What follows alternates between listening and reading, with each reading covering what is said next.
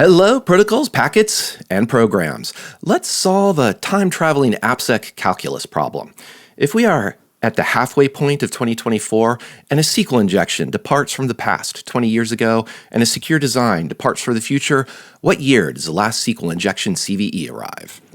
Which means this week we chat with Sandy Carielli and Janet Worthington about this year's influences on Appsec and why there's a need for ludicrous speed.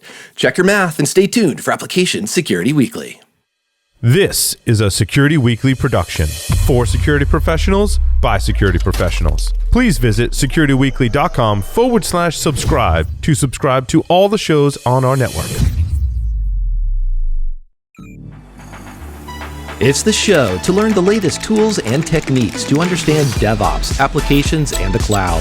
Your trusted source for the latest Appsec news. It's time for Application Security Weekly. Imperva, a Talus company, is the cybersecurity leader that helps organizations protect critical applications, APIs, and data anywhere, at scale, and with the highest ROI. With an integrated approach combining edge, application security, and data security, Imperva protects companies through all stages of their digital journey. Imperva Threat Research and their global intelligence community enable Imperva to stay ahead of the threat landscape and seamlessly integrate the latest security, privacy, and compliance expertise into their solutions. Start a free trial today at securityweekly.com/Imperva. This is episode 290, recorded July 8th, 2024. I'm your host, Mike Shima, and I'm here with John Kinsella. Hello, John. Mike, you look like you're very well rested. You must be on a vacation. I hope we've all feeling well rested and had a good vacation because it's time to talk about Appsec, which I hope you were thinking about over vacation. I'm not sure, John. Oh, good. You know, another way you could take vacation, John, is you personally, as well as our listeners, are invited to InfoSec World 2024 at Disney's Coronado Springs Resort in Lake Buena Vista, Florida. It's September 23rd to 25th, and you can save 25% by using the code ISW24-SW25 when you register at securityweekly.com/InfoSecWorld2024. We've got two guests this week. First up is Sandy, a principal analyst at Forrester on application security with a particular emphasis on the collaboration amongst security and risk, application development, operations, and business teams. Hello, Sandy. Hey, Mike. Great to be here again. Great to see you again as well. Always enjoy having you on. And Janet is also a returning guest. She's a senior analyst for security and risk at Forrester. She covers product security, software supply chain, open source security, and DevSecOps. Hello, Janet. Hey, Mike. Nice to see you again. Thanks for having me on. Now, you're both here to talk about Appsec, the past year's influences on Appsec, and some other topics. But Janet, maybe you could kick us off with kind of a fun blog post that you sort of the seed for this, and ludicrous speed. Help us understand about ludicrous speed. What are we talking about here? Every year, Sandy and I write the state of application security.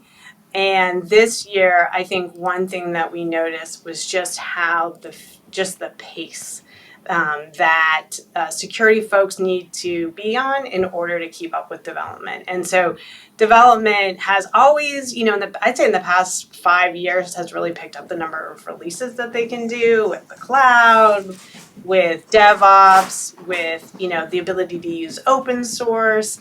So they've had a lot of tools in their toolboxes to go faster and faster. And this year, thanks to generative AI, they've added yet another tool. So, our analysts, our counterparts, assume that anywhere between 20 to 50% productivity boost developers will get by using these generative AI tools in development. And so now you're really adding sort of that next layer, that ludicrous speed, if you will, to the mix. And so this is really where we're seeing security have to really flex and change that mindset. And we've always talked, I know we've talked before about DevSecOps, we've talked about the relationship between security and development, but really we need to be talking about that and, security and operations, because otherwise there's no way that organizations are going to be able to deploy code securely and at the speed that they're trying to go at. So that's kind of how we sort of came up with that post.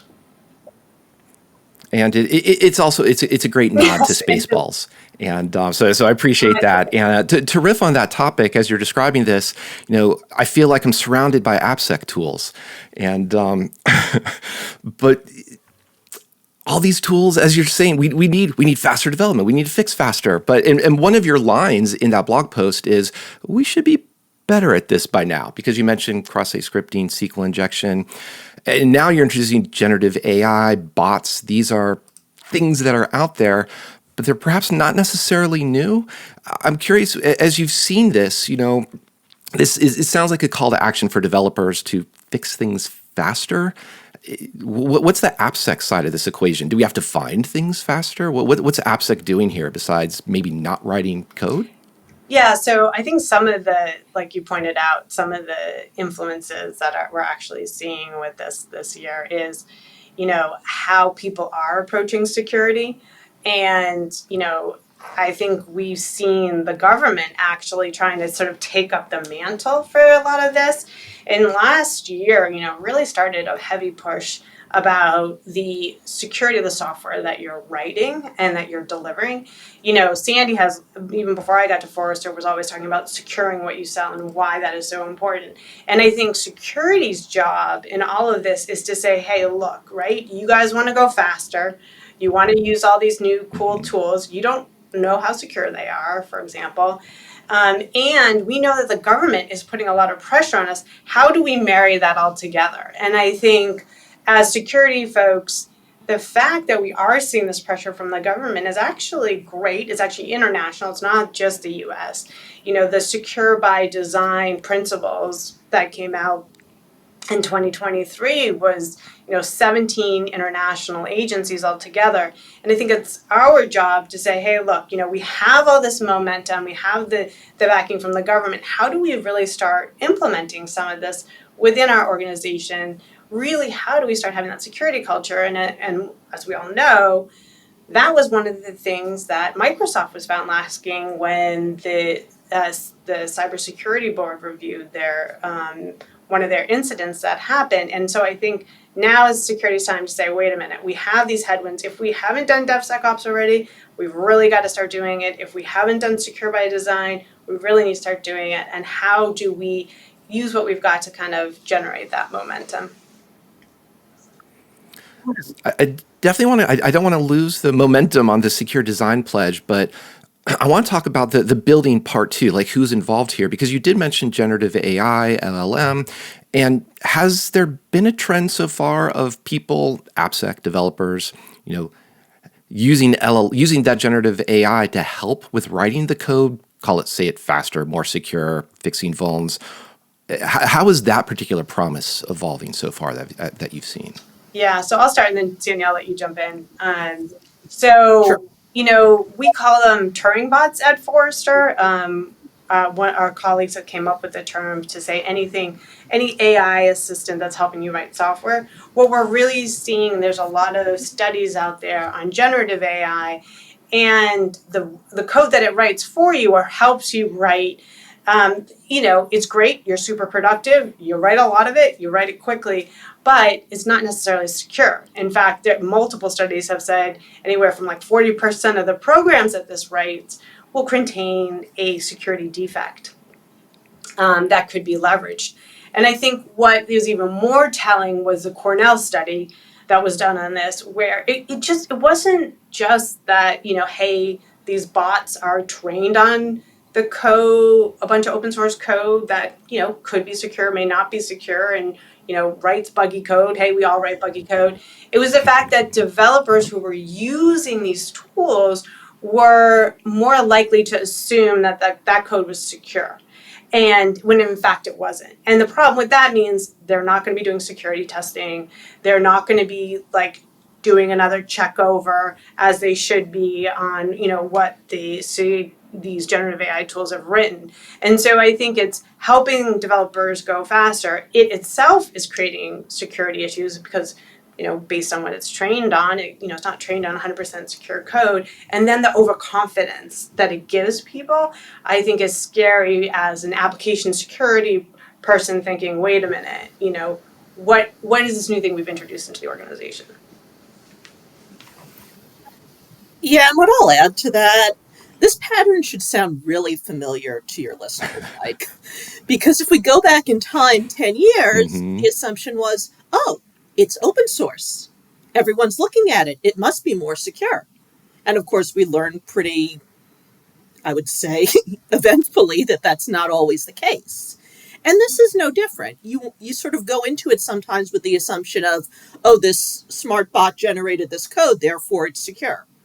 We can't make that assumption. And yet we're seeing this pattern repeat itself. So, what Janet and I are really trying to do when we're diving into this research is remind people that we've been here before and that we need to take a step back and remember that we're generating code based on imperfect examples, and that therefore all the things that we have to do when we're developing code otherwise, when we're using open source, we also have to do with AI-generated code.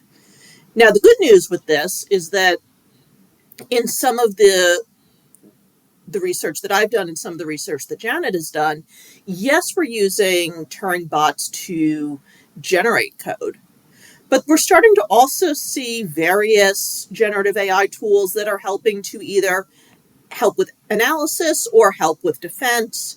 I would say they're nascent, but we're starting to get into that aspect of, okay, we can advise people on how to secure code as well. And so that sounds like, I think, Sandy, you come from like the post-release aspect, for example. Software is already out there. It's been deployed. It's ostensibly been securely coded because by whether by human or machine or beast, for that matter. Cats use keyboards.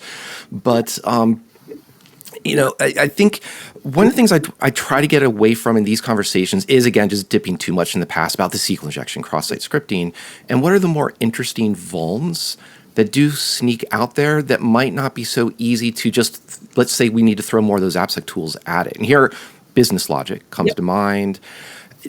Has that changed measurably as well, the different types of scenarios, or the way that if I'm building an app, I need to be thinking about different threat models, or is this still a bit of 10 years ago, kind of looks like today too? Some of each, honestly. If you look at some of the data that Janet and I have pulled in when we've done our state of application security research, we still see a lot of breaches that are due to external attacks, where the external attack is taking advantage of a classical web application vulnerability. So we still do see the SQL injections and the cross-site scriptings, but we do see a fair amount in terms of the business logic as well. And we see business logic playing more of a role. And I'm going to put this in two buckets for you, because I think there are two things to consider. One is going back to the generative AI story and the API calls that you're making to all sorts of LLMs where maybe you don't have a great sense of how well protected they are, how they work, where there needs to be a business logic component to that. And then there's more of the classical business logic aspects that you and I have talked about before in terms of bots, in terms of web scraping, in terms of credential stuffing, where we still see a ton of that. And one of my favorite stats from last year was that of organizations that were planning for the first time to invest in bot management software, they were more likely, one of the top ways that attackers got in was through stolen credentials. So you can kind of draw this line between needing to have bot management tools and realizing that attackers in those situations were probably taking advantage of stolen credentials, doing credential stuffing, and that's part of how organizations were breached. So yes, there's absolutely a business logic element. And when we look at some of the big breaches of the last year, there were a couple of credential stuffing attacks that made a lot of headlines. And that's a little bit of frustration, I'll have to say. Try not to be too cynical here, but credential stuffing seems like we shouldn't have to even necessarily get to the bot management side of things. That should be a secure design. Let's use that callback to what Janet you mentioned too, and you kind of are, I think, have been focusing too on before the code gets to production. Helping that counterpart to Sandy's area of focus with that CISA, secure by design. It is voluntary though. It's kind of like, please write more secure software, which also feels a little bit like a top 10 list. Please count to 10 and do these things. And for the last 20 years, if we're still talking about cross-site scripting, SQL injection, feels like maybe that isn't successful. So have you seen, what do you see different with the way CISA has approached this or the way organizations are reacting to it? Yeah, so I think it's a good point. Janet Easterly announced the Secure by Design pledge at RSA this year. And the idea was that organizations would say, yes, we are going to be secure by design, secure by default. And as you pointed out, it was voluntary. There was a little bit of a like, wait a minute, if it's voluntary, how are we going to be sure these folks are following it? And, you know, a lot of the names who signed it have had some very large recent breaches of their own, or their code was compromised and then sent downstream to their customers, where their customers were compromised in a software supply chain attack. And, I think that, yes, I totally hear folks when they say that, but I think what CISA is trying to do with this secure by design and really up-leveling what not only suppliers who are writing this code should do, but what you as somebody buying the software should ask. What questions should you be asking of these suppliers when you talk to them? Are you following secure by design principles? Are you doing security testing, threat modeling? Are you using secure by default principles? Like, am I going to get this with a default password in it already, right? Are you setting me up to fail? And so I think what I really like about CISA is they're saying, you know what, for years we've tried to, nobody's going to be perfect. Nobody's going to write perfect code. And we've been trying all these different ways. But now we're going to say is, wait a minute, here's a minimum bar. And hey, consumer, here's a minimum bar you should be holding your enterprises who supply software to you. And so I think that's sort of the difference that I see.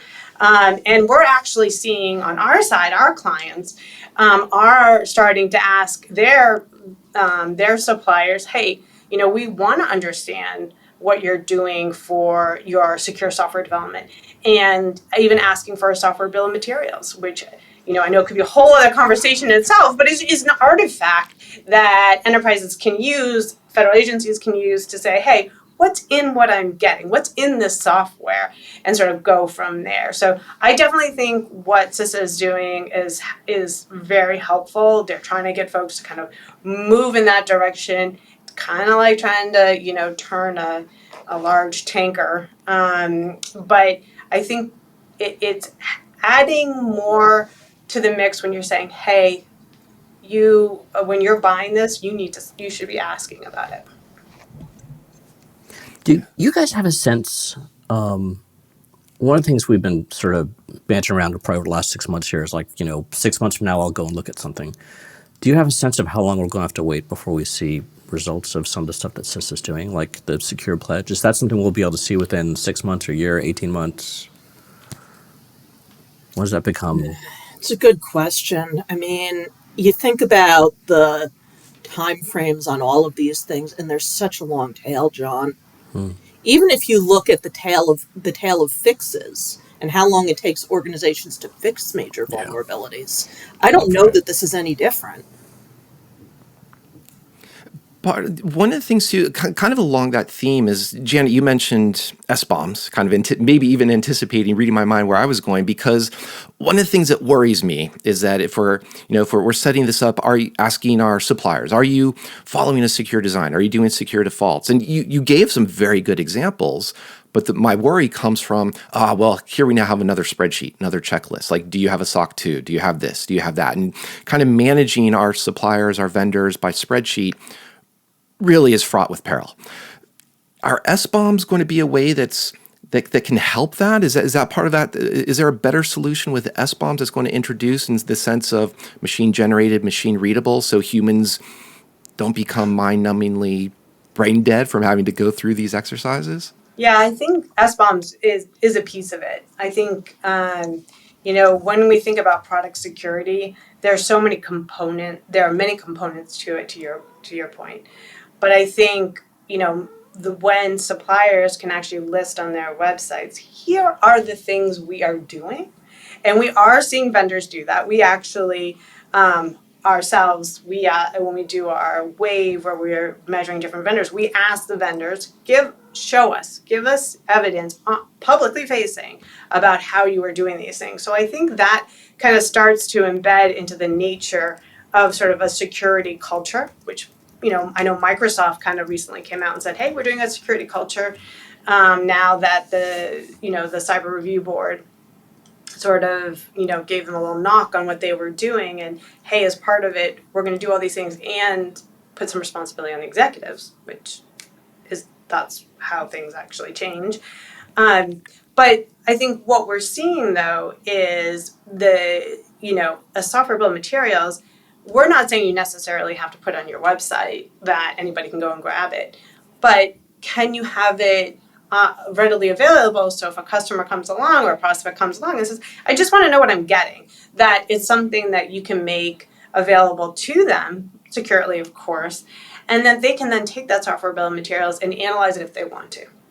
Now, they can say with that analysis, they might find out that there are some vulnerabilities out there. Or they might find out certain types of licensing. And, especially if they are going to then incorporate that software into other software, which, let's face it, everybody's kind of in the middle of the software supply chain at some point. That actually allows them to have some confidence of what they're then going to pass on to their customers. So I think SBOM's just a tool. It's just an artifact. It's not going to solve all of our security woes, but I think it's a start, and I think it gets people talking about, hey, wait a minute, like, why, if you can't give me one, why can't you?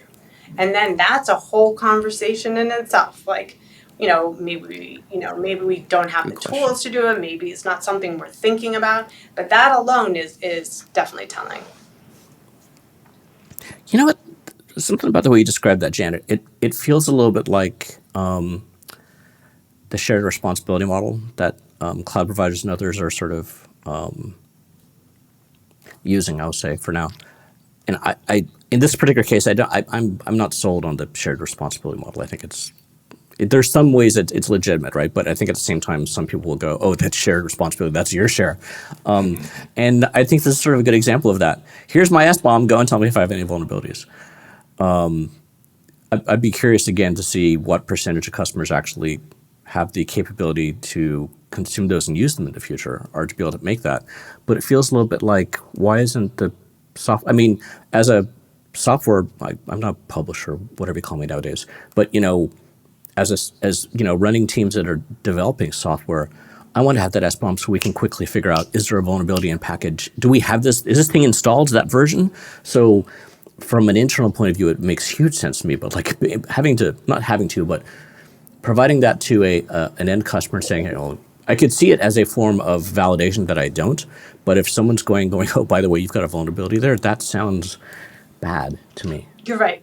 The suppliers should be making sure that when they're giving it to you, they've already done their due diligence, and that if there's a vulnerability in it that that isn't reachable or isn't actually used by the product and therefore not a problem, that they've created a record of that, a VEX record, which is, again, we could do a whole podcast on that, so that when they're handing it over to their customers, they're saying, hey, here's what you're getting. Here, we know about this issue. It's not a problem.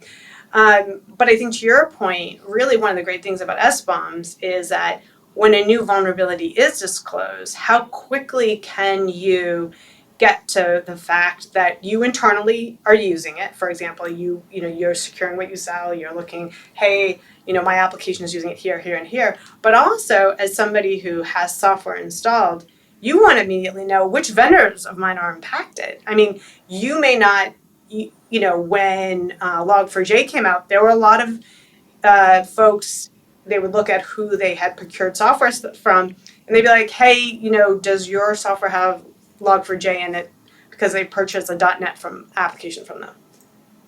That's a lot of emails going back and forth about, no, yes, we use this, no, we don't. If you have the capability as somebody who is purchasing software when there's a new vulnerability to say, hey, is there even a realm that I'm impacted, and where am I impacted? Because you actually may have to pull that system. If you can't get a patch for it, you may have to pull that system offline. I mean, let's face it, some of these remote code execution attacks that we're seeing, like, At the end of the day, when the supplier gives you something, yes, you can say, supplier, you should be at your best, but it's going to be your systems that are getting attacked. So I think do you remember those from when we were the 80s, like the more you know commercials that we would have? Like, I do think there's something about the more you know, the more you can protect yourself and protect But knowing is just half the battle, Janet. That's Oh my the God, problem. that's very good. Yeah. Deep cuts here. And part of what you're describing too is Log4j is a good example. And we're going to talk in the news segment in a little bit just about polyfill. And exeutils, another class. These are some recent attacks, or MoveIt. That wasn't a bad actor. That was just a lot of bad vulns. But I'm curious too. A lot of what Sandy you were talking about, like with bots, are identity, authenticity. And so there's this aspect of it. We want to do some more 80s riffing of, that Cold War mentality. There's a cliche of trust but verify, but there's how do we know this S-bomb is up to date? Or how do we know, let's not worry about the S-bomb, but where are the bad actors going? Are it looks like they're going not even just after our own apps, but our suppliers. And has that manifested again? That kind of maybe the question is that new and different? Or is it just more of, it's in the news, but a bit of the same, and we should still be working on controls for this? From the supplier standpoint, it's kind of interesting. You mentioned MoveIt, Mike. And one of the things that we talked about, a week or two ago, was that there was a second MoveIt vulnerability that came out not long ago. And so we had all of these issues with MoveIt, a year ago. And I think 3 of the top 35 breaches in 2023, based on number of accounts that were compromised, came from MoveIt issues. And now we've got yet another MoveIt issue that we have to deal with. So there's an element here where there is a bit of everything old is new again. From the business logic standpoint, what I've always found really interesting about this is that you're not taking advantage of classical security issues in the same way. It really is more about arbitrage and ways to generate profit and things like that are not strictly based on, say, a SQL injection or cross-site scripting. And so I think what's happening is, even that in and of itself isn't new, but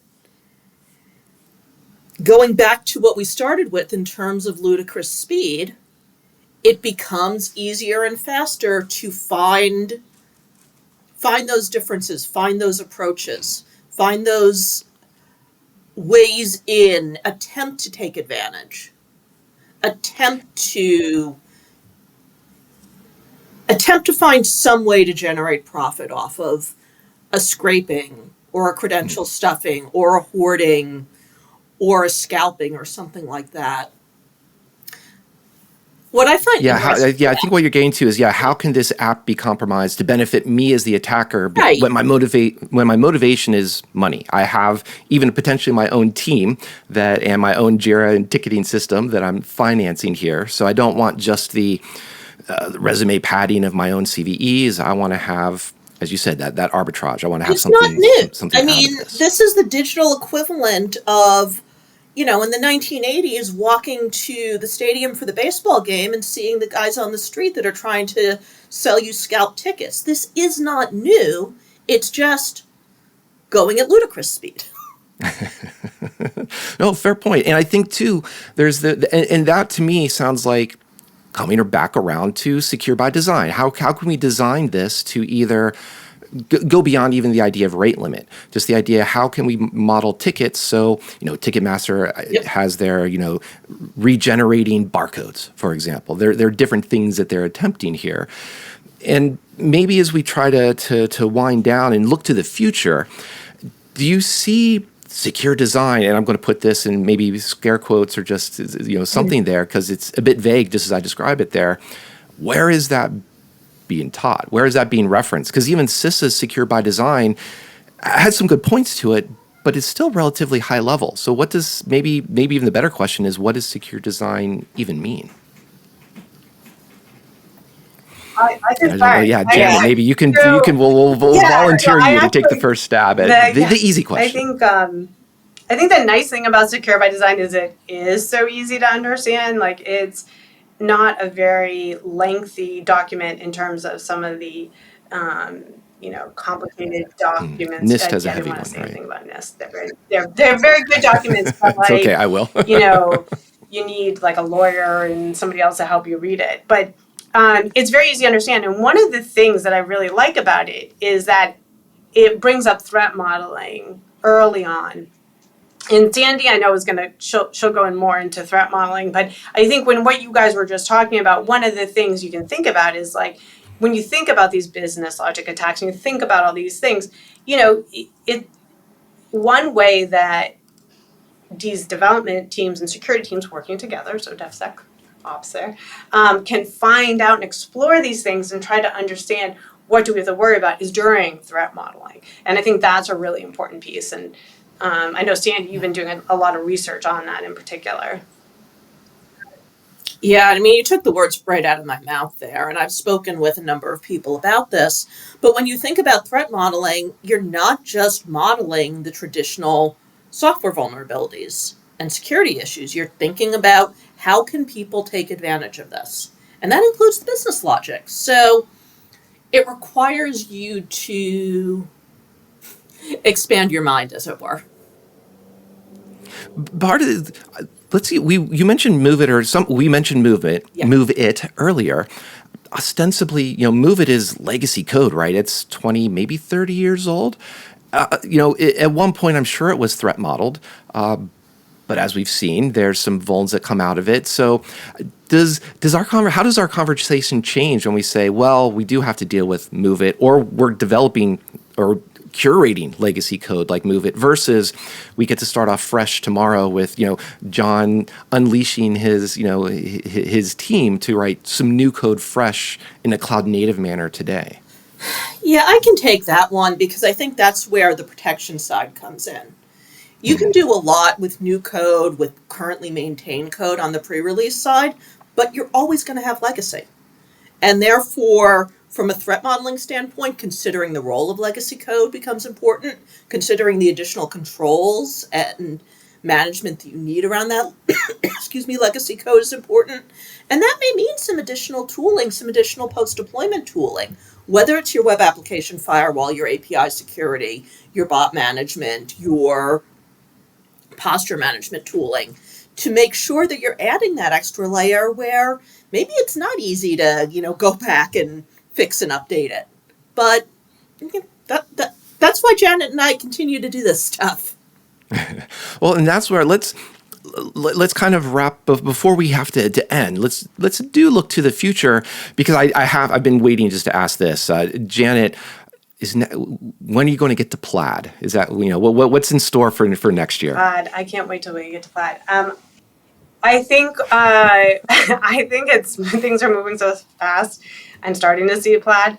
I think the great thing for security is not, generative AI has brought up so many, issues for us to think about as security folks. Our developers are now writing with generative AI, tools that don't write secure code necessarily. Attackers now have, easier ways to write really specific crafted phishing emails and social engineering attacks, etc. But I think there's also the good thing too is that we are seeing, generative AI be used on the security side. And, Sandy mentioned it a little bit at the beginning, but just to talk a little bit on the DevSecOps side, what we're seeing is we're actually seeing tools that will embed generative AI to give developers a better understanding of the vulnerability. So as you all know, we always talk about things CWEs or CVEs, CWE80, improper neutralization of XYZ. That means something if you're an AppSec expert. It means nothing if you are a developer. And it shouldn't, right? I mean, why should that mean anything to you? Yes. And so, what we're seeing is that these security tools are saying, hey, wait a minute, let me actually reframe the vulnerability that was found in a way that the developer is going to understand, and even give them more specific guidance typically it's generic based on the language and the CWE, so that the developer can understand in the context of their code, like, hey, now I kind of get what's happening. And then there are a couple folks who are on the leading edge who are getting to ludicrous speed there, where they're actually automatically fixing the code for the developers, and then the developer can just review it and say, yeah, that works for me, no, maybe that's not going to work completely. And I think that's where we start to see the change. And as you guys pointed out, there's, you're always going to have legacy code. It's amazing how quickly you get security debt. There's a great industry report that came out. Security debt is a defect that's been over a year.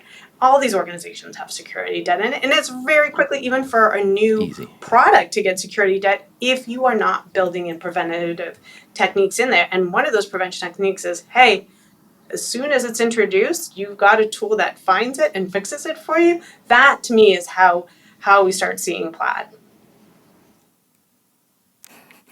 And for those of you who don't know, the Plaid, that we're continuing our Spaceballs references. Sandy, as we wrap up here too, we mentioned CISA. I brought into the OWASP Top 10. You've got, I think, and Janet have some questions around the OWASP Top 10. Tell us a little bit about that. What's a call to action here? Yeah, so this is some research that Janet and I, along with one of our colleagues, Madeline Vanderhout, there are a lot of OWASP Top 10 lists right now. And when Janet and I both look at the security tooling that's out there, the AppSec tooling that's out there, a lot of them do align with their respective OWASP Top 10s to provide guidance for security pros. And so one of the things that we're trying to do, and hopefully, Mike, you can post the survey that we've got, we're trying to get a sense of which ones are useful, both from the standpoint of the developer that's trying to build secure code and the security professional that's trying to use these in order to better lock down their environment and lock down their applications, because it's important to both of them. From the standpoint of the developer, it's often a thou shalt not list, thou shalt pay attention to list. And from the standpoint of the security pro, it's a these are the things to look for. But we want to get a little bit more insight into which ones are most useful, which ones are confusing, which ones are easiest to understand, all of those things. And so we're trying to, and we definitely encourage and ask folks to fill out that survey so we can get some more insight into how are people using these top 10 lists now? Where are they most useful? Where are their gaps? And what else can we be doing with them?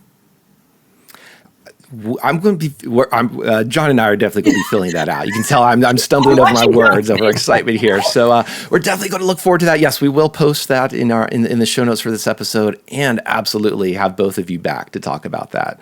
But this was a great conversation already. So Sandy, Janet, I want to say thank you for joining us today. Thanks for having us.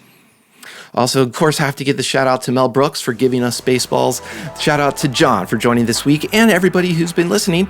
We're going to take a quick break now and return with news of the week.